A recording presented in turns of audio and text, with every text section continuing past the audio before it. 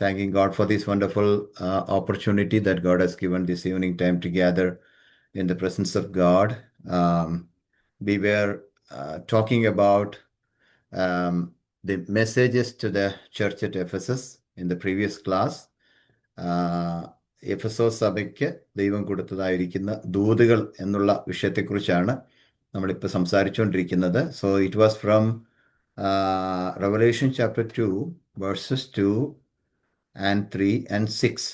So you can see the appreciations. First of all, we already discussed about this last week, appreciations about the Ephesus church, like I know your deeds and labor. ഞാൻ നിന്റെ പ്രവൃത്തിയും നിന്റെ അധ്വാനവും അറിയുന്നു എന്ന് പറയുന്ന ഒരു സംഭവം നമ്മൾ കണ്ടു. Then we said that I know your perseverance or patience. ഞാൻ നിന്റെ സഹിഷ്ണുത അറിയുന്നു എന്നുള്ള വിഷയത്തെക്കുറിച്ച് പറയുന്നു. സോ അപ്രീഷിയേറ്റ് ചെയ്യുകയാണ്, എഫെസോസ് സഭയെ അപ്രീഷിയേറ്റ് ചെയ്യുകയാണ്. Then we saw that I know that you cannot tolerate evil men. ദുഷ്ടന്മാരെ അല്ലെങ്കിൽ ദുഷ്ടത പ്രവർത്തിക്കുന്നവരെ നിങ്ങൾക്ക് ഒരിക്കലും സഹിച്ചുകൂടാൻ കഴിയാത്തത് ഞാൻ അറിയുന്നു എന്ന് പറയുന്ന ഒരു ഭാഗം നമ്മൾ കണ്ടു, അല്ലെങ്കിൽ നിനക്ക് സഹിഷ്ണുതയുണ്ട് എന്നുള്ളത് നമ്മൾ കണ്ടു. Then we saw I know that you disciplined against the false teachers. അതായത് എന്താണ്, ദുരുപദേശത്തിനെതിരായിട്ട് നീ നിൽക്കുന്നു, അല്ലെങ്കിൽ അവരെ നീ ഡിസിപ്ലിൻ ചെയ്യുന്നു എന്നുള്ളത് ഞാൻ അറിയുന്നു എന്നാണ് നമ്മൾ ലാസ്റ്റ് പഠിച്ചത്. So the next point is this slide.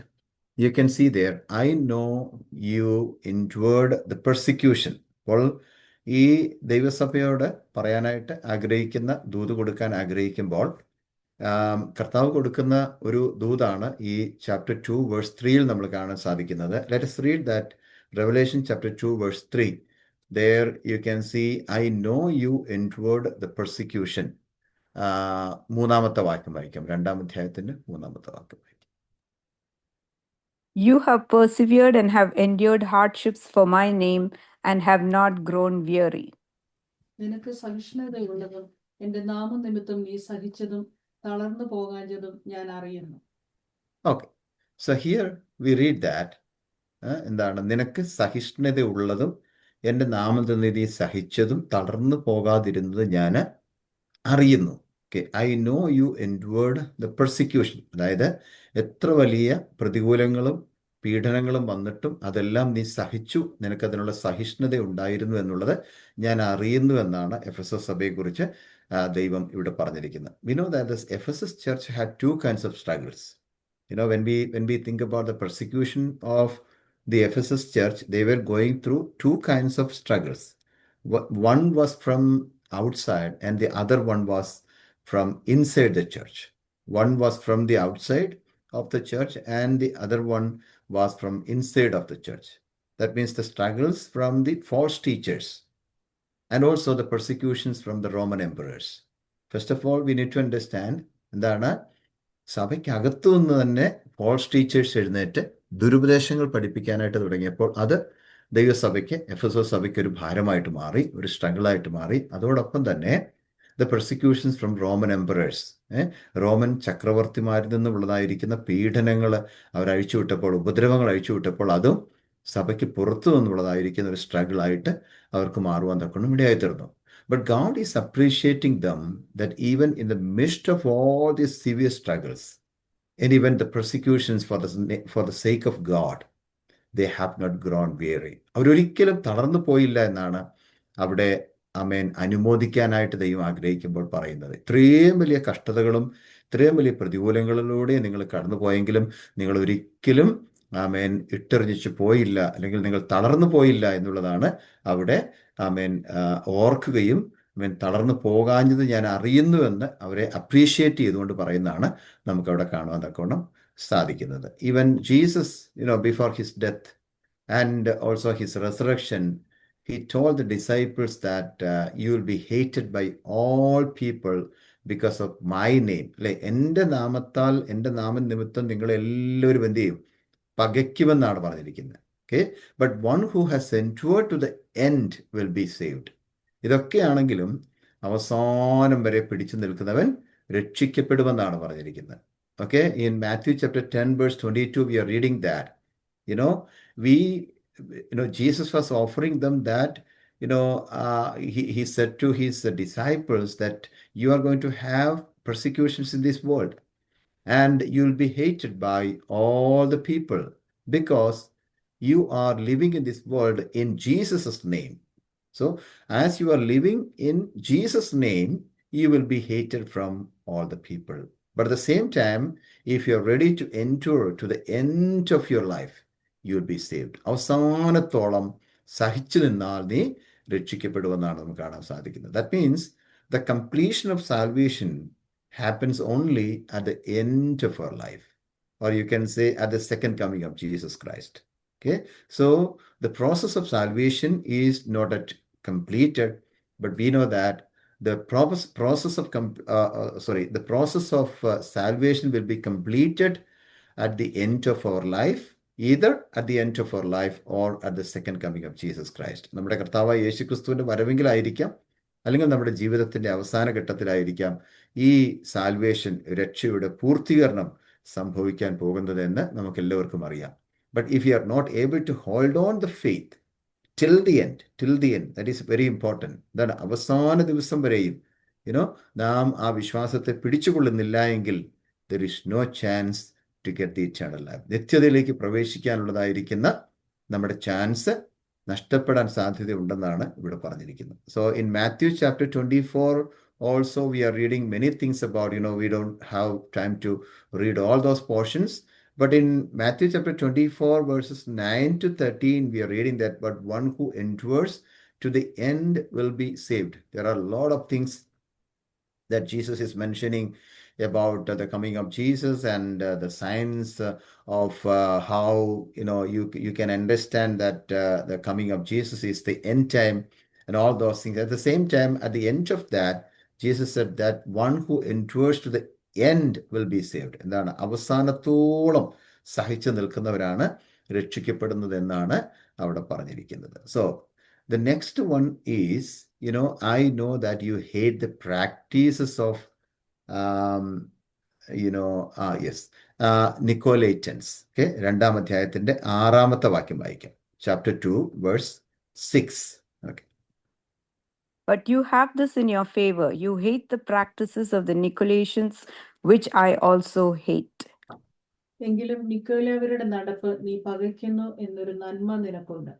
Okay, in chapter 2, verse 6, it says that I know that you hate the practices of Nicolaitans. എന്താണ്? നിക്കോലാവ്യരുടെ നടപ്പ് നീ പകയ്ക്കുന്നു എന്നൊരു നന്മ, നല്ലൊരു അപ്രീഷിയേഷനാണ് കൊടുത്തിരിക്കുന്നത്, അല്ലെ? ചാപ്റ്റർ 2, verse 6-നകത്ത് നല്ലൊരു അപ്രീഷിയേഷനാണ്. പക്ഷേ ഈ നിക്കോലാവ്യര്, അല്ലെങ്കിൽ ഹൂ ഈസ് ദിസ് നിക്കോലൈറ്റൻസ് എന്ന് പറഞ്ഞാൽ അതിനെക്കുറിച്ച് നമ്മൾ കുറച്ചൊന്ന് ചിന്തിച്ചാൽ മാത്രമേ മനസ്സിലാക്കാൻ സാധിക്കത്തുള്ളൂ. But God Z, I know that you hate the practices of Nicolaitans.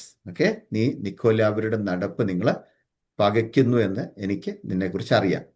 We know the Ephesian church was hating the things which even God also hates.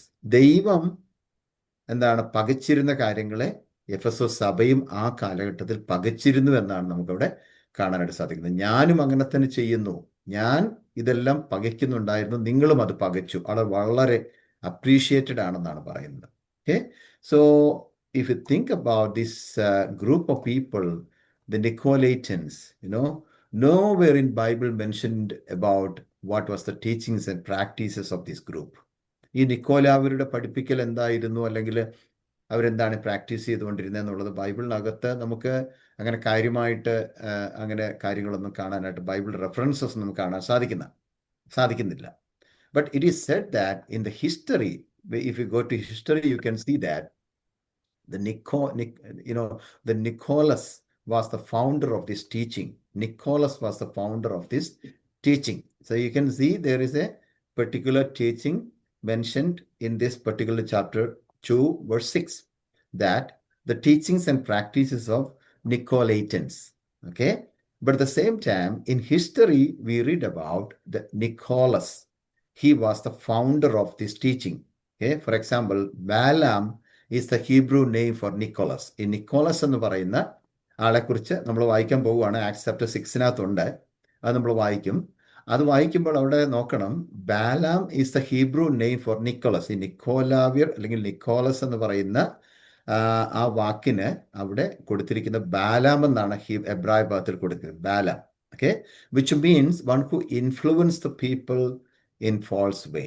ഒരു തെറ്റായ രീതിയിലേക്ക് ജനത്തെ നയിക്കുന്ന അല്ലെങ്കിൽ സ്വാധീനം ചെയ്യുന്നതായിരിക്കുന്ന ആളുകളെ കുറിച്ചാണ് അവിടെ പറഞ്ഞിരിക്കുന്നത് നിക്കോളസ് അല്ലെങ്കിൽ ബാലാം എന്ന് പറഞ്ഞിരിക്കുന്നത്. Okay, and we need to know there are many 5 views about the teachings of Nicolaitans. ഈ നിക്കോലാവർ എന്ന് പറയുന്ന ആൾക്കാർ ആരാണ് എന്ന് നമ്മൾ ചിന്തിക്കുമ്പോൾ അതിനെക്കുറിച്ച് പ്രധാനമായിട്ടും 5 വിധത്തിലുള്ളതായിരിക്കുന്ന വ്യൂസ് ആണ് നമുക്ക് കാണാനായി സാധിക്കുന്നത്. 5 വിധത്തിലുള്ളതായിരിക്കുന്ന വ്യൂസ് അല്ലെങ്കിൽ 5 വിധത്തിലുള്ള ചിത്രീകരണമാണ് അല്ലെങ്കിൽ കാഴ്ചപ്പാടുകളാണ് നമുക്ക് ഈ ഗ്രൂപ്പിനെ കുറിച്ച് കാണാൻ സാധിക്കുന്നത്, നിക്കോലൈറ്റൻസ് എന്ന് പറയുന്ന ഗ്രൂപ്പിനെ കുറിച്ച്. Okay, so we will go to Acts chapter 6 verse 5. Okay, let us read Acts chapter 6 verse 5.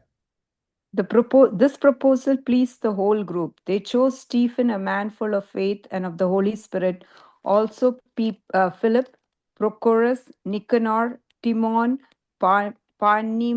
Parmenas, and Nicholas from Antioch, a convert to Judaism. ഈ വാക്ക് കൂട്ടത്തിനൊക്കെയും ബോധ്യമായി. വിശ്വാസവും പരിശുദ്ധാത്മാവും നിറഞ്ഞ പുരുഷനായ സ്തേഫാനോസ്, ഫിലിപ്പോസ്, പ്രഗരോസ്, നിക്കാനോർ, തീമോൻ, പർമനാസ്, യഹൂദ മതാനുസാരിയായ അന്ത്യോക്യക്കാരൻ നിക്കോലോവോസ് എന്നിവരെ തിരഞ്ഞെടുത്തു. Okay, when we say that the church at Ephesus, as they were rejecting, or as they were not accepting the teaching or hating the teaching of Nicolaitans, who are these people? ആരാണ് നിക്കോലാവർ എന്ന് പറയുന്നത്? ഒന്നാമത്തെ group of people, they say that in Acts chapter 6 we read that there were some problem between you can say Hebrew speaking and Greek speaking people. 2 ഗ്രൂപ്പുകൾ ഉണ്ടായിരുന്നെന്ന്. അതാണ് എബ്രായ ഭാഷ സംസാരിക്കുന്ന ആളുകളും ഉണ്ടായിരുന്നു, ഗ്രീക്ക് ഭാഷ സംസാരിക്കുന്ന ആളുകളും ഉണ്ടായിരുന്നു. Okay, and in chapter 6 verse 5 we see that they selected 7 men with good reputation and wisdom. അല്ലെ, 6-ാം അധ്യായത്തിന്റെ 5-ാം വാക്യത്തിലൊക്കെ നമ്മൾ വായിക്കുമ്പോൾ 7 പേരെ അപ്പോസ്തലന്മാർ തിരഞ്ഞെടുത്തു. ഒരു പ്രത്യേകമായിരിക്കുന്ന വിവേകമുള്ള അല്ലെങ്കിൽ വിശേഷാൽ ബുദ്ധിയുള്ളതായിരിക്കുന്ന അല്ലെങ്കിൽ വളരെ മറ്റുള്ളവരുടെ മുൻപിൽ റെപ്യൂട്ടേഷനുള്ള വിഷ്ടമുള്ളതായിരിക്കുന്ന 7 പേരെ തിരഞ്ഞെടുക്കുന്നതായിട്ട് നമ്മൾ അവിടെ കാണുന്നുണ്ട്. Okay, but one among them was Nicholas. അല്ലെ, നിക്കോളസ് എന്നാണ് അവിടെ ആ പദപ്രയോഗം ഉപയോഗിച്ചിരിക്കുന്നത്. അല്ലെ, അപ്പോൾ ആ നിക്കോളസ് എന്ന് പറയുന്ന ആൾ ഈ 7 പേരിൽ ഒരാളായിരുന്നു. സോ നിക്കോളസ് ഫ്രം ആന്റിയോക്ക് was a gentile convert to Judaism. Okay, so ഈ നിക്കോളസ് എന്ന് പറയുന്നത് ആന്റിയോക്കിൽ ഈ ആന്റിയോക്കിൽ നിന്ന് വന്നൊരു മനുഷ്യനാണ്. അദ്ദേഹം ഒരു ജെന്റൈൽ കൺവേർട്ട് ആയിരുന്നു, അതായത് ജാതീയ പശ്ചാത്തലത്തിൽ നിന്നും ജൂഡായിസത്തിലേക്ക് കൺവേർട്ടായി വന്ന ഒരു ആളായിരുന്നു എന്നാണ് നമുക്ക് മനസ്സിലാക്കാൻ സാധിക്കുന്നത്. Who then convert to Christianity.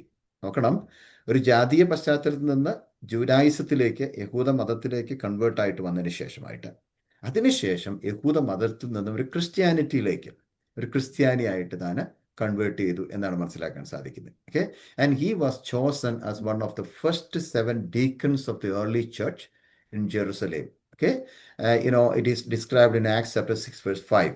Okay, and in that particular verse we are reading that about Nicholas എന്ന് പറയുന്ന മനുഷ്യനെ കുറിച്ചാണ് അവിടെ സംസാരിക്കുന്നത്. Okay, so we read that he was a proselyte എന്ന് എഴുതിയിരിക്കുന്നു. Okay, from Antioch. ആന്റിയോക്കിൽ നിന്നുള്ള മലയാളത്തിൽ കൊടുത്തിരിക്കുന്നത് എങ്ങനെയാണ്? ഒരു യഹൂദ മതാനുസാരി. അല്ലെ, യെസ്, ഓക്കെ, ഒരു യഹൂദ മതാനുസാരി ആയിരുന്നു എന്നാണ് പറയുന്നത്.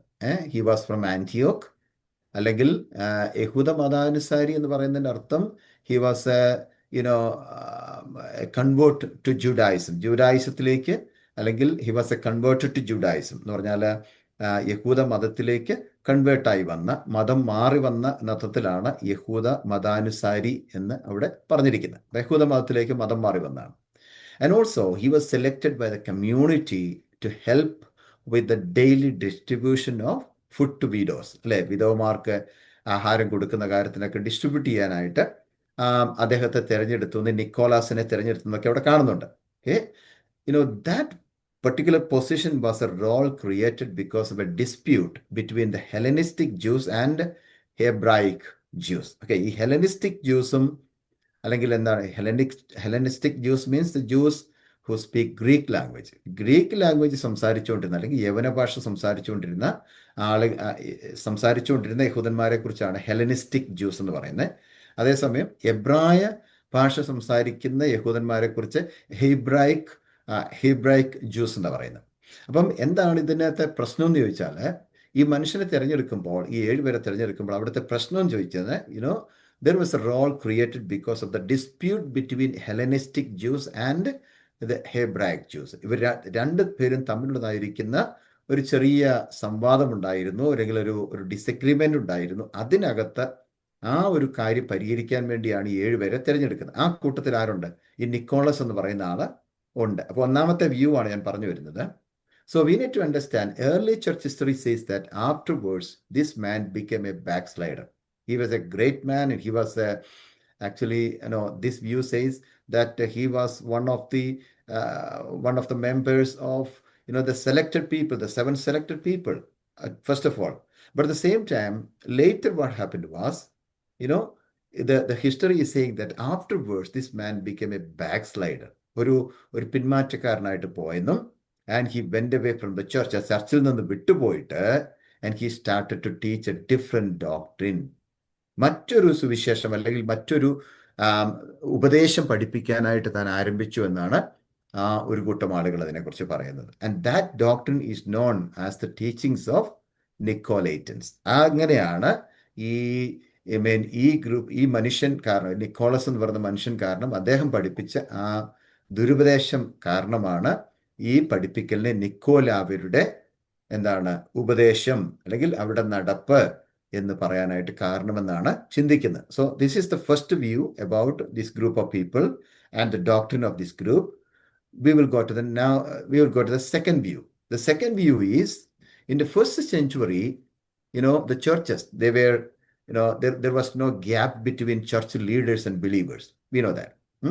So in the first century, everybody, even the apostles also were always, they were with the believers and with the people. They were always helpful to the people, and even though they were having the apostleship, even though they were having the pastoralship, always the pastors and disciples of Jesus Christ, they were always with the people.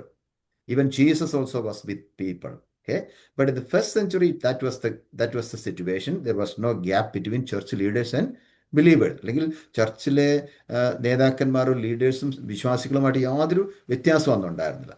But this group of people, the group of Nicolaitans, okay, these people, they introduced the clergy system and laity system. The clergy system and laity system. ഈ clergy system, laity system എന്നുള്ളത് നമുക്കറിയാം. തിരുമേനിമാരും ഐമേനിമാരും എന്ന് പറയുന്ന 2 ഗ്രൂപ്പായിട്ട് എന്ത് ചെയ്തു, അന്ന് തിരഞ്ഞെടുത്തു, അല്ലെങ്കിൽ തിരിച്ചു. ക്ലർജി സിസ്റ്റം ഉണ്ട്, ലേറ്റി സിസ്റ്റം ഉണ്ട്. അല്ലെങ്കിൽ തിരുമേനിമാരും ഐമേനിമാരും പറഞ്ഞാൽ ലീഡേഴ്സ് ആയിട്ടുള്ള ആൾക്കാർ ഒരു ഗ്രൂപ്പും വിശ്വാസികളായിട്ടുള്ള മറ്റൊരു ഗ്രൂപ്പും, അങ്ങനെ 2 ഗ്രൂപ്പായിട്ട് തിരിച്ചിട്ട് ഒരു സിസ്റ്റം ഉണ്ടാക്കിയതായിട്ട് ഹിസ്റ്ററി പറയുന്നുണ്ട്. And they said that we need priests in Christian church also, just like the priest of the Jewish religion. Okay, because in Jewish religion they had the priest and the high priest. So this group of people, they said, we need the clergy system and the laity system. That means we in Christianity also need to have the priest. പുരോഹിതന്മാരുടെ ആവശ്യമുണ്ട്. നമുക്ക് പുരോഹിതന്മാർ വേണം. അപ്പോൾ തന്നെ മറ്റ് Jewish റിലീജിയനിലൊക്കെ ഉള്ള അല്ലെങ്കിൽ യഹൂദ മതത്തിലുള്ളതായിരിക്കുന്ന പുരോഹിതന്മാരെ പോലെയുള്ള ആളുകൾ നമുക്കും വേണം. അങ്ങനെ വേർതിരിക്കണമെന്നുള്ളത് ഒരു ഗ്രൂപ്പ് പഠിപ്പിച്ച ഗ്രൂപ്പാണ് ഇതെന്നാണ് അവർ പറയുന്നത്. Okay, but we know that the Ephesus church did not promote that system. Okay, the Ephesus church, the earliest time, they did not promote that system. Okay, because in 1 Corinthians chapter 1 verse 24, let's read that portion here, because in 1 Corinthians chapter 1 verse 24. But to those whom God has called, both Jews and Greeks, Christ the power of God and the wisdom of God. ജാതികൾക്ക് ഭോഷത്വവുമെങ്കിലും യഹൂദന്മാരാകട്ടെ യവനന്മാരാകട്ടെ വിളിക്കപ്പെട്ട ഏവർക്കും ദൈവശക്തിയും ദൈവജ്ഞാനവുമായ ക്രിസ്തുവിനെ തന്നെ. So actually, according to 1 Corinthians, we know that church ministers are appointed not to rule over the believers, but they were appointed to work with these people. okay, in every circumstances for their joy and their betterment. Right? അല്ലേ? ഒരു വിശ്വാസികളുടെ ഉന്നമനത്തിന് വേണ്ടിയും അവരുടെ ആത്മിക അനുഗ്രഹത്തിന് വേണ്ടിയും പ്രവർത്തിക്കാൻ വേണ്ടിയായിരുന്നു അന്ന് ശുശ്രൂഷകന്മാരെ ദൈവം സഭകളിൽ ആക്കിയിരുന്നത്. അല്ലെങ്കിൽ അന്നത്തെ തിരഞ്ഞെടുക്കപ്പെട്ട ശുശ്രൂഷകന്മാരെല്ലാവരും അതാണ് പ്രവർത്തിച്ചുകൊണ്ടിരുന്നത്. അവർ വിശ്വാസികളുടെ ഉന്നമനത്തിന് വേണ്ടി, അവരുടെ ആത്മിക അനുഗ്രഹത്തിന് വേണ്ടി പ്രവർത്തിക്കാൻ വേണ്ടിയാണ്, അവർക്ക് സന്തോഷത്തിന് വേണ്ടി പ്രവർത്തിക്കാൻ വേണ്ടിയാണ് ആമേൻ ശുശ്രൂഷകന്മാരെ അന്ന് ദൈവം നിയമിച്ചിരുന്നത്. So this is the second view about the teachings of Nicolaitans. Like they said that we need the clergy and the laity. That means എന്താണ്? രണ്ടായിട്ട് നമുക്ക് വേർതിരിക്കണം. We need priests and all those things. So this is the second view about this group of people. And we will go to the third view. The third view says that this was a group who tried to create divisions among the believers. Okay. So the third view says this group of people, the Nicolaitans, okay, and they were teaching the people and they were creating the divisions among believers. വിശ്വാസികളുടെ ഇടയിൽ വലിയൊരു എന്താണ് ഭിന്നത ഉണ്ടാക്കിയിട്ട് ഒരു division ഉണ്ടാക്കാനായിട്ട് ശ്രമിച്ചിരുന്ന ഒരു കൂട്ടം ആൾക്കാരായിരുന്നു എന്താണ് ഈ നിക്കോലാവിരെന്നാണ് ഒരു ഗ്രൂപ്പ് ഓഫ് പീപ്പിൾ പറയുന്നത്. ആൻഡ് ദ ഫോർത്ത് വ്യൂ, നാലാമത്തെ അവരുടെ കാഴ്ചപ്പാടെന്ന് പറഞ്ഞത് എന്തറിയാമോ? This was a group that taught we are no longer under the law. നാം അവർ പഠിപ്പിച്ചുകൊണ്ടിരുന്നതാണ് എന്താണ്? നമ്മൾ ആരും ഇനി നിയമത്തിന് കീഴിലല്ല, അല്ലെങ്കിൽ പഴയ നിയമത്തിന് കീഴിലല്ല. So we can do anything in our body. നമ്മുടെ ശരീരത്തിൽ നമുക്ക് എന്ത് വേണേലും ചെയ്യുന്നതിന് കുഴപ്പമില്ല. Okay, we can enjoy all the worldly pleasures. And also they said that they believed that we have the freedom to do anything after salvation. നമ്മൾ രക്ഷിക്കപ്പെട്ട് കഴിഞ്ഞാൽ നമുക്ക് എന്ത് വേണമെങ്കിലും നമ്മുടെ ശരീരം കൊണ്ട് ചെയ്യാം എന്ന് വിശ്വസിച്ചിരുന്ന ആളുകളായിരുന്നു ഈ നിക്കോലാവിരെന്നാണ് പറയപ്പെടുന്നത്. Okay, so and that view says that this is about the teachings of Nicolaitans. Okay, ഈ നിക്കോലാവിരെന്ന് പറയുന്ന ഗ്രൂപ്പ് ചിന്തിച്ചുകൊണ്ടിരുന്നതും പഠിപ്പിച്ചുകൊണ്ടിരുന്നതും ഇങ്ങനെയാണ്. എന്താണ്? Okay, we are no longer under the law. നമ്മൾ ഒരിക്കലും ഇനി ഒരു നിയമത്തിന്റെ കീഴിലല്ല. We are saved, so we can do anything in our body. We have the license to do anything, or we can enjoy all the worldly pleasures, and we have the freedom to do anything after salvation. We already got the salvation when we don't want to be worried about all those things, because we already got the salvation. Okay, so this is the fourth view about this group. And the last view, the final view about this group is they were following the idol worship and rituals. Okay, എന്താണ്? വിഗ്രഹാരാധന പ്രോത്സാഹിപ്പിക്കുകയും ആരാധന കൊണ്ടാടുകയും അങ്ങനെയുള്ള ആചാരങ്ങളൊക്കെ ചെയ്തുകൊണ്ടിരുന്ന ഒരു group of people ആയിരുന്നു നിക്കോലാവിരെന്നാണ് അറിയപ്പെടുന്നത്. Okay, whatever it may be. Okay, whatever it may be. You know, there is no clue about all these things in Bible. At the same time, we were taking all these portions from the history. But whatever it may be, the church at Ephesus was always standing against all these false teachings and practices. They were always standing against all the practices, the false teachings and false practices and everything.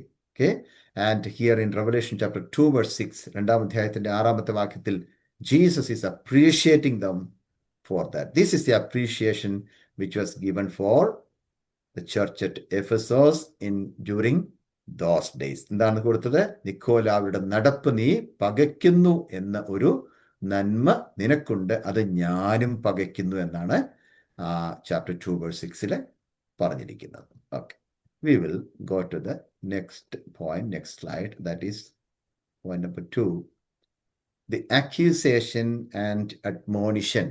The accusation and admonition. എന്താണ്?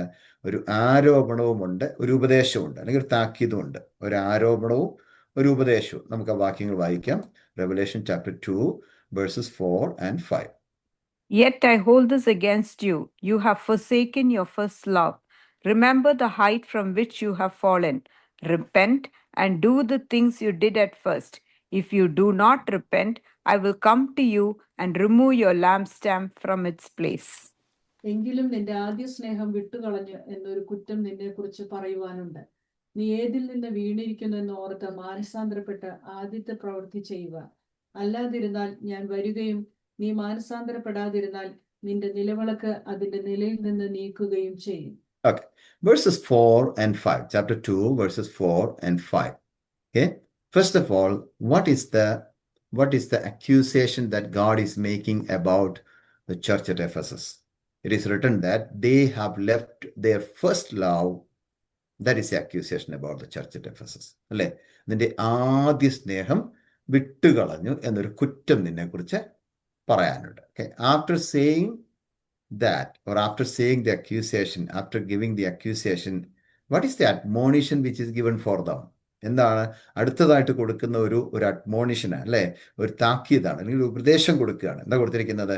That is to repent and do the deeds you did at first. അല്ലേ, എന്താണ്? നീ ആമേൻ എന്ത് ചെയ്യണം? മാനസാന്തരപ്പെട്ടിട്ട് ആദ്യത്തെ പ്രവൃത്തി ചെയ്യുക എന്നാ പറഞ്ഞിരിക്കുന്നത്. അപ്പൊ 2 വാക്യങ്ങളിൽ ഒന്ന് നമ്മൾ കാണാൻ സാധിക്കുന്നത് എന്തൊക്കെയായിരുന്നു? ഒരു ആമേൻ ആദ്യമായിട്ട് പറയുന്നത് നിങ്ങൾക്കൊരു അക്യൂസേഷൻ ഉണ്ട് ആ ചർച്ചിനെതിരെ, രണ്ടാമതായിട്ടൊരു അഡ്മോണിഷൻ കൂടെ കൊടുക്കുന്നതായിട്ട് നമുക്ക് കാണാനായി സാധിക്കുന്നു. Now we will go to the third point, warning. The warning which was given for this church. Chapter 2 verse 5. Chapter 2 verse 5 നമ്മൾ ഓൾറെഡി വായിച്ചു. Chapter 2 verse 5 അവിടെ പറഞ്ഞിരിക്കുന്നത്, the warning is, I will come and will remove your lampstand out of its place unless you repent. This point is very much important for everyone, those who are listening to this Bible study, because in chapter 2 verse 5, God wanted to tell them that there is a warning for this church. What is the warning for the church? Okay, the warning is, I will come, ഞാൻ വരും, okay, and will remove your lampstand out of its place. എന്താണ്? ഞാൻ വരികയും നീ മാനസാന്തരപ്പെടാഞ്ഞാൽ നിന്റെ നിലവിളക്ക് അതിൻ്റെ നിലയിൽ നിന്ന് നീക്കുകയും ചെയ്യുമെന്നാണ് പറഞ്ഞിരിക്കുന്നത്. I will come and will remove your lampstand out of its place unless you repent. We know in chapter 1 verse 20, we already saw that. In chapter 1 verse 20, it says that the church is a lampstand. ഒരു സഭ എന്ന് പറഞ്ഞാൽ എന്താണ്? ഒരു നിലവിളക്കാണ്. 1-ാം അധ്യായത്തിന്റെ 20-ാം വാക്യത്തിൽ നമ്മൾ കണ്ടു കഴിഞ്ഞാണ് സഭ എന്ന് പറയുന്നത്, ചർച്ച് എന്ന് പറയുന്നത് ഒരു നിലവിളക്കാണ്.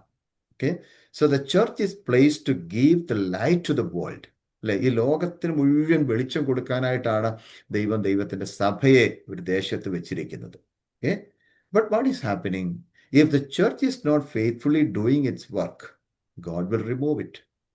വിശ്വസ്തയോടുകൂടെ ദൈവം ഏൽപ്പിച്ച ആ ഉത്തരവാദിത്വം ആ സഭ അവിടെ ഒരു സ്ഥലത്ത് ഒരു ലോക്കൽ ചർച്ചിനെ ഏൽപ്പിച്ചിട്ടുണ്ടെങ്കിൽ ആ ലോക്കൽ ചർച്ച് ചെയ്യേണ്ട ഉത്തരവാദിത്വം ചെയ്യുന്നില്ല എങ്കിൽ തീർച്ചയായിട്ടും ആ സ്ഥലത്തു നിന്ന് അതിനെ മാറ്റിക്കളയെന്ന് അവിടെ പറഞ്ഞിരിക്കുന്നു. Okay, and God will find some other people to do that work. ദൈവത്തിന് ഇഷ്ടംപോലെ ആൾക്കാരെ കിട്ടാനുണ്ട്. പക്ഷേ ഒരു സഭയെ ദൈവം ഒരു സ്ഥലത്താക്കിയിരിക്കുമ്പോൾ ആ സഭയെക്കുറിച്ച് കർത്താവ് എന്താണോ ആഗ്രഹിക്കുന്നത്, ആ പ്രവൃത്തി വിശ്വസ്തയോടെ ചെയ്യാൻ സഭ ഒന്നടങ്കം റെഡി ആയില്ലെങ്കിൽ കർത്താവ് മറ്റു വഴികൾ കണ്ടുപിടിക്കുമെന്ന് തന്നെയാണ് എഴുതിയിരിക്കുന്നത്. Okay, the same thing it is written there. Okay, think about this church at Ephesus. Okay, the Lord says that in spite of all the privileges that the church were enjoying, the church was in danger of losing their light. എന്താണ്? അവർക്ക് ഒത്തിരി നല്ല കാര്യങ്ങളൊക്കെ അവരെക്കുറിച്ച് പറയാറുണ്ട്, ഒത്തിരി സന്തോഷമുള്ളൊരു സഭയാണ്, ഒത്തിരി പ്രിവിലേജസ് അവർക്ക് കിട്ടി, അവർ എൻജോയ് ചെയ്യുന്നുണ്ട്. പക്ഷേ they were in a dangerous position of losing its light. അതിൻ്റെ എന്താണ്? വെളിച്ചം നഷ്ടപ്പെട്ടു പോകുന്ന, വെളിച്ചം കൊടുക്കുക എന്നുള്ളതായിരിക്കുന്ന പൊസിഷനിൽ നിന്ന് ഇത് മാറ്റപ്പെടുന്നതായിരിക്കുന്ന ഒരു അനുഭവത്തിലേക്ക്, ആ ഡേഞ്ചറിലേക്ക് അവർ വന്നു എന്നാണ് നമുക്കവിടെ മനസ്സിലാക്കാൻ സാധിക്കും. Because if the church is a lamp stand, it's duty is to give light to the world. അല്ലെ, ഒരു സഭ എന്ന് പറയുന്നത് തീർച്ചയായിട്ടും അതൊരു ലാംപ് സ്റ്റാൻഡ് ആണെങ്കിൽ, അല്ലെങ്കിൽ ഒരു നിലവിളക്കാണെങ്കിൽ, ആ നിലവിളക്കിന്റെ പ്രധാനപ്പെട്ട ഉദ്ദേശം എന്ന് പറയുന്നത് എന്താണ്? ഈ ലോകത്തിന് വെളിച്ചം കൊടുക്കുക എന്നുള്ളതാണ്. So remember one thing, that the church, if the church it loses its love, it will lose soon its light. സ്നേഹം നഷ്ടപ്പെട്ട് കഴിഞ്ഞാൽ അതാണ് അവിടെ കാണാൻ സാധിക്കുന്നത്. അല്ലേ, ആദ്യ സ്നേഹം വിട്ടുകളഞ്ഞു എന്ന് പറഞ്ഞതിൻ്റെ അർത്ഥം എന്താണ്? ദൈവത്തോടും മനുഷ്യരോടും അല്ലെങ്കിൽ ദൈവത്തോടും സഹവിശ്വാസികളോടും ഉള്ളതായിരിക്കുന്ന ആത്മാർത്ഥമായ സ്നേഹം, സിൻസിയർ ലവ് ആണ്. ആ സിൻസിയർ ലവ് നഷ്ടപ്പെട്ട് കഴിഞ്ഞാൽ എന്താ നഷ്ടപ്പെടുന്നത്? അതിൻ്റെ പ്രകാശം നഷ്ടപ്പെടുന്നു. Okay, no matter how doctrinally sound it may be. വളരെ ഉപദേശപരമായിട്ട് വളരെ ശക്തമായിരിക്കുന്ന സഭകളായിരിക്കാം, പക്ഷേ അന്യോന്യമുള്ളതായിരിക്കുന്ന സ്നേഹബന്ധം നഷ്ടപ്പെട്ട് കഴിഞ്ഞാൽ നമുക്ക് യാതൊരു വിധത്തിലും സഭയ്ക്ക് അവിടെ നിലനിൽക്കാനായിട്ട് സാധിക്കത്തില്ല. ആ ഒരു യൂണിറ്റിയും സ്നേഹവും ഒക്കെ ഉള്ളതുകൊണ്ടല്ലേ നമ്മളൊക്കെ നമ്മുടെ സഭകളൊക്കെ നിന്നു പോകുന്നത്. അല്ലെങ്കിൽ എന്നേ നമ്മുടെ സഭകളൊക്കെ നഷ്ടപ്പെട്ടു പോയാൽ വരുന്നത്. അതാണ് നമ്മൾ ചിന്തിക്കേണ്ടത്. എന്താണ്, ഒത്തിരി ഡോക്ടറിലും കാര്യങ്ങളൊക്കെ എല്ലാം ശരിയാണെങ്കിലും പരസ്പരമുള്ളതായിരിക്കുന്ന ഒരു സ്നേഹബന്ധം കീപ്പ് ചെയ്യാനായിട്ട് എല്ലാവരും ശ്രമിക്കുമ്പോഴാണ് നമ്മുടെ സഭ നിലനിന്ന് പോകുന്നത്. അതാണ് ലോക്കൽ ചർച്ചിനെ കുറിച്ച് ദൈവം ആഗ്രഹിക്കുന്നത്. ഇനി think about I will come. In chapter 2 verse 5 it says I will come, ഞാൻ വരുമെന്ന് പറഞ്ഞിരിക്കുന്നത്, അല്ലേ? It is not referring to the Lord's return. കർത്താവായ യേശുക്രിസ്തുവിന്റെ രണ്ടാമത്തെ വരവിനെ കുറിച്ചുള്ള ഒരു റെഫറൻസ് അല്ല അവിടെ കൊടുത്തിരിക്കുന്നത്. ഐ വിൽ കം എന്ന് പറഞ്ഞിരിക്കുന്നത് എന്ന് പറഞ്ഞാൽ ഞാൻ വരുന്ന സമയത്ത് നിങ്ങളുടെ സഭയെ ഞാൻ ഇവിടുന്ന് എടുത്ത് കളയും എന്നല്ല അതിൻ്റെ അർത്ഥം. Okay, but it is referring to his coming judgement. Okay, then and thereafter എന്ന് പറഞ്ഞാൽ ആ സമയത്തും പിന്നീടും ആ സ്ഥലത്ത് ആ സഭയ്ക്ക് സംഭവിക്കാൻ പോകുന്ന ദൈവത്തിന്റെ ന്യായവിധിയുണ്ട്. ദൈവത്തിന്റെ സ്ഥലം വിശ്വസ്തയോടുകൂടി നിന്നില്ലെങ്കിൽ ദൈവത്തിന്റെ ന്യായവിധി തീർച്ചയായിട്ടും ആ സഭയിൽ അനുഭവിക്കേണ്ടി വരുമെന്നാണ് പറഞ്ഞിരിക്കുന്നത്. അല്ലെ, കർത്താവ് വരുമ്പോൾ എന്തെങ്കിലും ചെയ്യുന്ന കാര്യമല്ല, അത് വേറെ ജഡ്ജ്മെന്റാണ്. പക്ഷെ ഇവിടെ അത് സംഭവിച്ചു. That exactly happen to the church at Ephesus. Ephesus സഭയ്ക്ക് അത് അങ്ങനെ തന്നെ സംഭവിച്ചു നമ്മൾ വായിക്കുന്നത്. Okay, today it's a heap of stones. ഒരു കൽക്കൂമ്പാരം ഇവിടെ കണ്ടിട്ടുള്ളവർക്കൊക്കെ അറിയാം. ഒരു കൽക്കൂമ്പാരം മാത്രമേ ഇന്നിപ്പോൾ അവിടെ എഫെസസിൽ ഉള്ളൂ. സഭ എന്ന് പറയാൻ വേണ്ടി അവിടെ ഇല്ല. Okay, there is no light shining there in Ephesus. ആ എഫെസസ് എന്ന് പറയുന്ന സ്ഥലത്ത് ഒരു പ്രകാശമൊന്നും ഉണ്ടാകത്തക്കവണ്ണം ഒരു സഭ അവിടെ ഇന്ന് നിലവിലില്ല. Okay, so dear ones, let me tell you one thing, that let us not be the worshippers of word. എന്താണ്, അക്ഷരത്തിന്റെ ഒരു ആരാധനക്കാരായിട്ട് നമ്മൾ മാറാതെ. Okay, we are the worshippers of spirit. അല്ലെ, ആത്മാവിൽ ആരാധിക്കുന്നവരാണ് നമ്മളെല്ലാവരും. അല്ലാതെ വെറും ഒരു അക്ഷരത്തിന്റെ ആരാധനക്കാരല്ല, അക്ഷരത്തിന്റെ ശുശ്രൂഷക്കാരുമല്ല. ഐ മീൻ, നമ്മളെല്ലാവരും ആരാണ്? we are the worshippers of spirit. ആത്മാവിലുള്ള ആരാധന കാഴ്ചവെക്കേണ്ടവരാണ്. So let us lead that spirit-filled life. Okay, it doesn't mean that if there is a church or there is a church building, everything is okay. No, if the people are filled with the Spirit of God, if the people are filled with the love of God, and if the people of God are having the unity together, that is the strength of the church. അതാണ് ഒരു local ചർച്ചിന്റെ ശക്തി എന്ന് പറയുന്നത്. അപ്പൊ അതാണ് നമ്മളെ കുറിച്ച് കർത്താവ് ആഗ്രഹിക്കുന്നത്. Let us not try to exhibit or show up our spiritual life and activities to other people, but let us be yielded to the Holy Spirit of God and do everything for His glory. നമ്മൾ എന്ത് ചെയ്താലും നമ്മുടെ കാര്യങ്ങൾക്ക് വേണ്ടിയോ അല്ലെങ്കിൽ നമ്മളെ shop ചെയ്യാനോ അല്ല നമ്മൾ ചെയ്യേണ്ടത്. എന്ത് ആക്ടിവിറ്റീസ് ചെയ്താലും കർത്താവിൻ്റെ കൃപയിൽ ആശ്രയിച്ചുകൊണ്ട് പരിശുദ്ധാത്മാവിനെ ഈൽഡ് ചെയ്തുകൊണ്ട് പരിശുദ്ധാത്മാവിന് നിയോഗത്തിനനുസരിച്ചുകൊണ്ട് ദൈവനാമ മഹത്വത്തിന് വേണ്ടി പ്രവർത്തിപ്പാനാണ് കർത്താവ് നമ്മളെക്കുറിച്ച് ആഗ്രഹിക്കുന്നത് എന്നാണ് ഈ ദൂതിൽ നിന്നും നമുക്ക് മനസ്സിലാക്കാനായിട്ട് സാധിക്കുന്നത്. So we will go to the next portion, that is the promise which was given for the church at Ephesus. Ephesus സഭയ്ക്ക് ദൈവം കൊടുത്തതായിരിക്കുന്ന വാഗ്ദത്തത്തെക്കുറിച്ചാണ് നമുക്ക് കാണാൻ സാധിക്കുന്നത്. Let us read chapter 2 verse 7. He who has an ear, let him hear what the Spirit says to the churches. To him who overcomes, I will give the right to eat from the tree of life, which is in the paradise of God. അത് ഞാനും പകയ്ക്കുന്നു. ആത്മാവ് സഭകളോട് പറയുന്നത് എന്തെന്ന് ചെവിയുള്ളവൻ കേൾക്കട്ടെ. ജയിക്കുന്നവന് ഞാൻ ദൈവത്തിന്റെ പരദീസയിലുള്ള ജീവവൃക്ഷത്തിന്റെ ഫലം തിന്നുവാൻ കൊടുക്കും. Okay.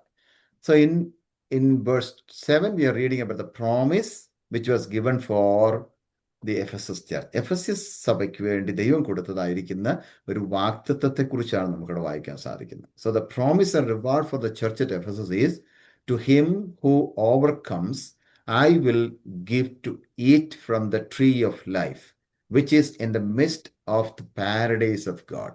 അല്ലെ, എന്താണ് ജയിക്കുന്ന ആൾക്ക് എന്താ കൊടുക്കുമെന്നാ പറഞ്ഞിരിക്കുന്നത്? ദൈവത്തിന്റെ പറുദീസയിലുള്ള ജീവവൃക്ഷത്തിന്റെ ഫലം തിന്മാൻ കൊടുക്കും. ദൈവത്തിന്റെ പറുദീസയിലുള്ള, അല്ലെങ്കിൽ ഇംഗ്ലീഷിൽ കൊടുത്തിരിക്കുന്ന ദൈവത്തിന്റെ പറുദീസയുടെ നടുവിൽ നിൽക്കുന്ന ജീവവൃക്ഷത്തിന്റെ ഫലം തിന്മാൻ കൊടുക്കും എന്നാണ് പറഞ്ഞിരിക്കുന്നത്. To him who overcomes I will give to eat from the tree of life which is in the midst of the paradise of God എന്നാണ് പറഞ്ഞിരിക്കുന്നത്. അതായത് ദൈവത്തിന്റെ പറുദീസയുടെ നടുക്ക് നിൽക്കുന്ന, മധ്യത്തിൽ നിൽക്കുന്നതായ ആ വൃക്ഷത്തിന്റെ ഫലം തിന്മാനായിട്ട് ഞാൻ കൊടുക്കുമെന്നാണ് പറഞ്ഞിരിക്കുന്നത്. Listen to that statement, particularly the tree of life in the midst of the paradise. The tree of life in the midst of the paradise. എന്താണ്? പർദീസയുടെ നടുക്ക് നിൽക്കുന്ന ജീവവൃക്ഷത്തിന്റെ ഫലം ഞാൻ തിന്മാൻ കൊടുക്കും. Okay, we know, if you go to Luke chapter 23 verse 43 and 2 Corinthians chapter 12 verses 3 and 4, we understand that God's paradise is heaven. ദൈവത്തിന്റെ വചനത്തിനകത്ത് paradise എന്നുള്ള വാക്ക് ഉപയോഗിക്കുമ്പോഴേ, പർദീസ എന്ന വാക്ക് ഉപയോഗിക്കുമ്പോൾ നമ്മൾ മനസ്സിലാക്കണം, അത് സ്വർഗത്തെക്കുറിച്ചാണ് സംസാരിക്കുന്നത്. So God's paradise, which is mentioned in Bible, is heaven. Okay, that is what in Luke chapter 23 verse 43 നമ്മൾ വായിക്കുന്നുണ്ടല്ലോ. Jesus said to the criminal, എന്താണ്, യേശുക്രിസ്തുവിന്റെ കൂടെ ഹാങ് ചെയ്ത, യേശുക്രിസ്തുവിന്റെ കൂടെ ക്രൂശിച്ചതായിരിക്കുന്ന ആ ക്രിമിനലിനോട്, ആ ദുഷ്പ്രവർത്തിക്കാരനോട്, അല്ലെങ്കിൽ ആ കള്ളനോട് സംസാരിക്കുന്ന കാര്യം എന്താണ്? Today you shall be with me in paradise. അല്ലേ? ഇന്ന് നീ എന്നോട് കൂടെ പറുദീസയിലിരിക്കുമെന്നാണ് പറഞ്ഞിരിക്കുന്നത്. Okay, even in 2 Corinthians also, chapter 12, verses 3 and 4, we know about Apostle Paul, what he's saying, that, he says that he was caught up into the paradise എന്ന് പറയുന്നത്. താൻ പറുദീസയോളം എടുക്കപ്പെട്ടെന്ന് പറയുന്നത്. അതിന് മുമ്പത്തെ വാക്യത്തിൽ പറയും 3-ാം സ്വർഗത്തോളം എടുക്കപ്പെട്ടെന്ന് പറഞ്ഞതിന് ശേഷം അടുത്ത വാക്യത്തിൽ പറയുകയാണ് എന്താണ്? ഞാൻ പറുദീസയോളം എടുക്കപ്പെട്ടു. അല്ലേ? 2 Corinthians chapter 12 verses 3 and 4. Okay, so let us understand that, when Bible is talking about paradise, that is the heaven. Okay, so now to get the real meaning of that promise, we will have to go to the book of Genesis. അല്ലേ? ഉൽപ്പത്തി പുസ്തകത്തിൽ പോകുമ്പോഴാണ് അവിടെ നമുക്ക് വ്യക്തമായിട്ട് അതിനെക്കുറിച്ച് കുറച്ചുകൂടെ clear ആയിട്ട് ഇങ്ങനെ എന്തുകൊണ്ടാണ് ജീവവൃക്ഷത്തിന്റെ ഫലം എന്ന് പറയാനുള്ള കാരണം എന്നുള്ളത് നമുക്ക് മനസ്സിലാക്കാൻ സാധിക്കുന്നത്. Okay, there we are reading that God planted the garden in Eden and he placed man in that garden. അല്ലേ? ഒരു ഏദൻ തോട്ടം ദൈവം സൃഷ്ടിച്ചിട്ട് എന്ത് ചെയ്തു? ഏദൻ തോട്ടത്തിനകത്തേക്ക് മനുഷ്യനെ പ്ലേസ് ചെയ്യുന്ന ഒരു കാഴ്ചയാണ് നമുക്ക് ബുക്ക് ഓഫ് ജെനസിസ് കാണാൻ സാധിക്കുന്നത്. So we need to understand there are mainly 3 meanings for the word Eden. Eden എന്ന് പറയുന്ന ആ വാക്കിന് തന്നെ 3 അർത്ഥങ്ങൾ കൊടുത്തിട്ടുള്ളതായിട്ട് നമുക്ക് കാണാൻ സാധിക്കുന്നുണ്ട്. The first one is delight, ആനന്ദം എന്നാണ് ഒരർത്ഥം. ഏദൻ എന്ന് പറയുന്നതിന്റെ 1-ാമത്തെ അർത്ഥം ഡിലൈറ്റ് എന്നാണ്, ആനന്ദം. The second meaning is place of much water, എന്താണ്? ധാരാളം ജലമുള്ള, ധാരാളം വെള്ളമുള്ള ഇടം. പ്ലേസ് ഓഫ് മച്ച് വാട്ടർ എന്നാണ് പറഞ്ഞിരിക്കുന്നത്. Third meaning of Eden is living place, ജീവനുള്ള സ്ഥലം അല്ലെങ്കിൽ ജീവനുള്ളവരുടെ സ്ഥലം എന്ന് വേണമെങ്കിലും അതിനെ പറയാം. Okay, 3 meanings are there for the word Eden. Eden എന്ന് പറയുന്ന വാക്കിന് 3 അർത്ഥങ്ങളാണ് കൊടുത്തിരിക്കുന്നത്. 1 ആനന്ദം, 2 ധാരാളം വെള്ളമുള്ള അല്ലെങ്കിൽ ജലമുള്ള സ്ഥലം, അല്ലെങ്കിൽ പിന്നെ ലിവിങ് പ്ലേസ് അല്ലെങ്കിൽ ജീവിക്കുന്നവരുടെ സ്ഥലം അല്ലെങ്കിൽ ജീവനുള്ളവരുടെ സ്ഥലം എന്നാണ് അവിടെ കൊടുത്തിരിക്കുന്നത്. Okay, and we know that there were 2 trees in the middle of garden. Okay, we know the story of creation, and God made the garden, and placing Adam and Eve into that garden of Eden and all those things. But after placing them into the garden of Eden, you can see there are mainly 2 trees. Particularly God says about those trees to these people, the tree of life and the tree of the knowledge of good and evil. അല്ലേ? എന്തൊക്കെയാണ് അവിടെ കൊടുത്തിരിക്കുന്നത്? നിങ്ങൾക്ക് 2 വൃക്ഷത്തിന്റെ കാര്യമായിട്ട് പറഞ്ഞിരിക്കുന്നത്. മധ്യത്തിൽ നിൽക്കുന്ന 2 വൃക്ഷത്തിന്റെ കാര്യങ്ങളാണ് പറഞ്ഞിരിക്കുന്നത്. ട്രീ ഓഫ് ലൈഫ് അല്ലെ, ജീവന്റെ വൃക്ഷത്തിന്റെ ഫലവും, പിന്നെ എന്താണ്? നന്മ തിന്മകളെ കുറിച്ചുള്ള അറിവിന്റെ വൃക്ഷത്തിന്റെ ഫലം. Okay, then God said, you shall not eat the fruit of the tree of the knowledge of good and evil. അല്ലെ? നന്മ തിന്മകളെ കുറിച്ചുള്ള അറിവിന്റെ വൃക്ഷത്തിന്റെ ഫലം നിങ്ങൾ തിന്നരുതെന്ന് ദൈവം പറഞ്ഞു. Okay, if you eat you will surely die. നിങ്ങൾ തിന്നാൽ എന്ത് ചെയ്യും? നിങ്ങൾ മരിച്ചു പോകും എന്നാണ് പറഞ്ഞിരിക്കുന്നത്. Okay, in Genesis chapter 3 verse 24, you understand that the Lord sent them out from the garden and he appointed his angel cherubim with the flaming sword to guard the way to the tree of life. അല്ലേ? നമ്മളെ 3-ാമത്തെ 24-ാം വാക്യത്തിലൂടെ വരുന്ന അവിടെ കാണുന്നത് എന്താണ്? ദൈവം അവരെ പാപം ചെയ്തു കഴിഞ്ഞപ്പോൾ, അതിക്രമം ചെയ്തു കഴിഞ്ഞപ്പോൾ, കമാൻഡ്മെന്റ്സ് ലംഘിച്ചു കഴിഞ്ഞപ്പോൾ എന്ത് ചെയ്തു? അവരെ പുറത്താക്കുകയും ആ ഗാർഡനെ സൂക്ഷിക്കാനായിട്ട് കെരൂബുകളെ ആക്കിയിരിക്കുന്നു. അല്ലെങ്കിൽ തിളങ്ങുന്ന വാളുകൾ പിടിച്ചുകൊണ്ട് നിൽക്കുന്നതായ കെരൂബുകളെ അവിടെ ആക്കുന്നതായിട്ട് നമുക്ക് കാണാൻ സാധിക്കുന്നുണ്ട്. That was to guard the way to the tree of life. ഈ ജീവന്റെ വൃക്ഷത്തെ സംരക്ഷിക്കാനായിട്ട് അവിടെ കെരൂബുകളെ ദൈവം അവിടെ ആക്കിയിരുന്നു എന്ന് നമുക്ക് അവിടെ കാണാൻ സാധിക്കുന്നു. But the problem is, the thing that which is happening to this church at Ephesus is, the promise of heavenly fruit of the tree of life is offered for those who overcome. അല്ലെ, ഇവിടെ അങ്ങനെ നമ്മൾ വായിച്ചത്. ജയിക്കുന്നവന് ഞാൻ ദൈവത്തിന്റെ പറുദീസയിലുള്ള ജീവവൃക്ഷത്തിന്റെ ഫലം തിന്മാൻ കൊടുക്കും. This is the promise which is given for the Ephesus church. Not only for the Ephesus church, but it is given for everyone, those who are trying to overcoming the worldly pleasures, overcoming the satanic temptations, overcoming the influences of sin.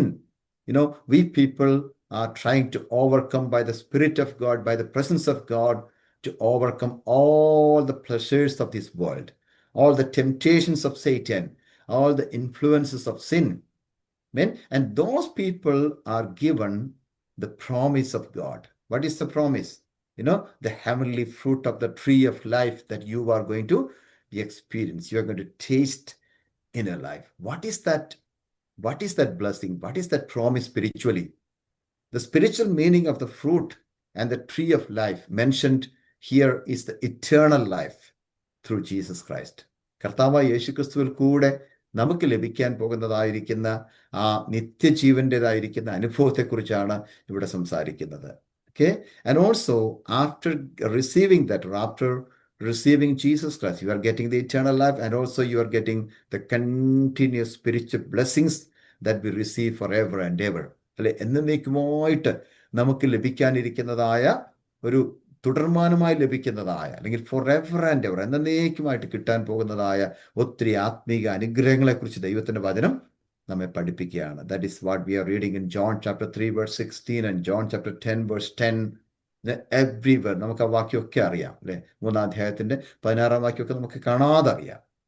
നിത്യജീവനെ പ്രാപിക്കേണ്ടതിന് അവൻ സ്വന്തം ഏകജാതനെ നൽകുവാൻ തക്കൊണ്ട് ലോകത്തെ സ്നേഹിച്ചു എന്നുള്ള വാക്യമൊക്കെ നമുക്കറിയാം. Even in John chapter 10 verse 10 also we are reading that we are receiving that eternal life through Jesus Christ and all the continual spiritual blessings through Jesus Christ. അതാണ് ഇതിന്റെ meaning എന്ന് പറയുന്നത്. Okay, even today we enjoy this blessing in this world. അല്ല, ഇന്ന് നമ്മൾ എന്ത് ചെയ്യുന്നുണ്ട്? ഇത് സന്തോഷത്തോടു കൂടെ അനുഭവിക്കുന്നുണ്ട്. ഓരോ ദിവസത്തിലും ഈ ആത്മീക സന്തോഷത്തിന്റെ ഒരു അനുഭവത്തിലാണ് നമ്മൾ ഇരിക്കുന്നത്. But we shall enjoy it in greater measure in eternity, which explains in Revelation chapter 22 verses 1 to 5. അല്ലെ, നമ്മൾ ഇതിന്റെ ഒരു പൂർണ്ണ അനുഭവത്തിൽ ദൈവത്തെ സ്തുതിച്ച് മഹത്വപ്പെടുത്തിക്കൊണ്ട് കർത്താവിൽ സന്തോഷിക്കുന്ന ഒരു സമയമുണ്ട്, അല്ലേ. Okay, today we are enjoying this blessing in this world, but at the same time we shall enjoy the perfection of this enjoyment, okay, in a greater measure in the eternity. Okay, so remember one thing in Revelation chapter 2 verse 7, God says to the church, he who has an ear, let him hear what the Spirit says to the churches. എന്താണ് ആത്മാവ് സഭകളോട് പറയുന്നത്? എന്താണ്? ചെവിയുള്ളവൻ കേൾക്കട്ടെ എന്നാ പറയുന്നത്. ചെവിയുള്ളവൻ കേൾക്കട്ടെ. ചെവിയുള്ളവൻ കേൾക്കട്ടെ എന്ന് പറഞ്ഞാൽ എല്ലാവർക്കും ചെവിയുണ്ട്. നമുക്ക് എല്ലാവർക്കും കേൾക്കാനുള്ള ചെവിയുണ്ട് മാത്രമല്ല കേൾവിശക്തിയുണ്ട്. പിന്നെ എന്താ അതിൻ്റെ അർത്ഥം? നമ്മൾ കേൾക്കുന്നുണ്ടെങ്കിലും അതനുസരിക്കാൻ തയ്യാറല്ലെങ്കിൽ നമുക്ക് ചെവിയുള്ളത് കൊണ്ടോ കേൾവിശക്തി ഉള്ളത് കൊണ്ടോ ഒരു കാര്യവും ഇല്ല. അതുകൊണ്ടാണ് പറഞ്ഞിരിക്കുന്നത്, he who has an ear, ചെവിയുള്ളവൻ കേൾക്കട്ടെ, let him hear, okay, what the Spirit says to the churches. Otherwise God will remove the lampstand from its place എന്നാണ് അവിടെ പറഞ്ഞിരിക്കുന്നത്. So that exactly happened in Ephesus. We know that. So history says that by the end of 5th century, the city of Ephesus was destroyed, and there is no local churches in that city now. Okay? So let us be faithful and serve the Lord faithfully till the day of his coming. So we may be, a strong person, a strong church, and strict person in doctrine wise.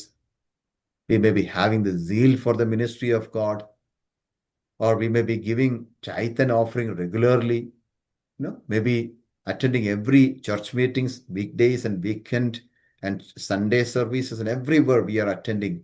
But let us find out what is a weakness in our life, what is a fault that happens in our lives, okay, and what is the shortcomings that which is happening in our lives, and pray to the Lord. Lord, enable us to overcome and also to receive the eternal life. Okay, so let us pray for that. Amen. So that is the end of the study of the church at Ephesus. Very quickly, we will just enter into the next portion. That is the second church which is mentioned in this chapter 2. That is, the church at Smyrna. So now we are moving into the study of the next church, the church at Smyrna. Okay, chapter 2, verses 8 to 11. Chapter 2, verses 8 to 11. That portion we will read maybe in the next class, but I will just say few words about the city where the church is located. The city where the church is located. Smyrna സഭയെക്കുറിച്ച് നമ്മൾ പഠിക്കുമ്പോൾ നമ്മൾ പൂർണ്ണമായിട്ടുള്ള കാര്യങ്ങൾ നമുക്ക് പിന്നീട് അത് വായിച്ചു പഠിക്കാം. അതേസമയം ഇപ്പം ജസ്റ്റ് ഈ കാര്യം ഒന്ന് സൂചിപ്പിച്ചങ്ങ് വിടുകയാണ്.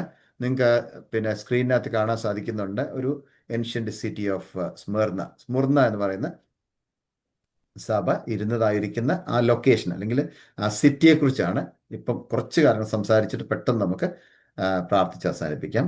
So you can see there is a picture of ancient city of Smyrna. Smyrna was one of the most beautiful cities in Turkey. ടർക്കിയിലെ ഏറ്റവും മനോഹാരിതയുള്ള ഒരു സിറ്റി ആയിരുന്നു സ്മിർന എന്ന് പറയുന്നത്. ഓക്കെ, പ്രസന്റ് നെയിം എന്ന് പറയുന്നത്, so Smyrna is known as at present the Smyrna is known as Izmir എന്നാണ് ഇന്ന് ആ സ്ഥലത്ത് ടർക്കിയിലുള്ളതായിരിക്കുന്ന ആ സ്മിർന ഇരുന്ന സിറ്റിയെ കുറിച്ച് ഇന്ന് നമ്മൾ അറിയുന്നത്. So Smyrna city is almost 35 miles away from Ephesus. എഫസോസിൽ നിന്ന് ഏകദേശം 35 മൈൽ ദൂരെയാണ് ഈ സ്മിർന എന്ന് പറയുന്ന സ്ഥലം അല്ലെങ്കിൽ ആ സിറ്റി ഉണ്ടായിരുന്നത്. And there were many temples. ഒത്തിരി ക്ഷേത്രങ്ങൾ ഉണ്ടായിരുന്ന ഒരു സ്ഥലമായിരുന്നു സ്മിർന എന്ന് പറയുന്നത്. And it was A port city and business centre.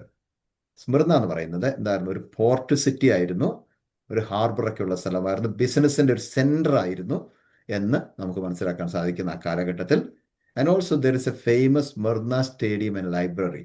ഏറ്റവും കൂടുതൽ അറിയപ്പെടുന്ന ഒരു സ്മിർന സ്റ്റേഡിയം എന്ന് പറഞ്ഞൊരു സ്റ്റേഡിയവും അതുപോലെ തന്നെ ഒരു ലൈബ്രറിയും ഒക്കെ ഉണ്ടായിരുന്ന സ്ഥലമാണ്. ഒരു തിയേറ്ററും ഒക്കെ ഉണ്ടായിരുന്ന സ്ഥലമാണെന്നാണ് നമുക്കറിയാൻ സാധിക്കുന്നത്. And also the city of Smyrna had a prominence in politics, religion, culture than all other cities. മറ്റുള്ള എല്ലാ സിറ്റികളെക്കാൾ ഉപരിയായിട്ട് എന്താണ് രാഷ്ട്രീയപരമായിട്ടും മതപരമായിട്ടും സാംസ്കാരികപരമായിട്ടും politically, religiously, culturally, this city of Smyrna had a prominence, okay, than all other cities of those days. And also this city was formed in 1000 BC. 1000 BC ആയിരത്തിലാണ് ഈ Smyrna city സ്ഥാപിതമായത്. But it was destroyed in 600 BC. 600 BC-യിൽ ലിഡിയൻസിനാൽ ഈ സ്ഥലം തകർക്കപ്പെട്ടു, destroy ചെയ്യപ്പെട്ടു എന്നാണ് history പറയുന്നത്.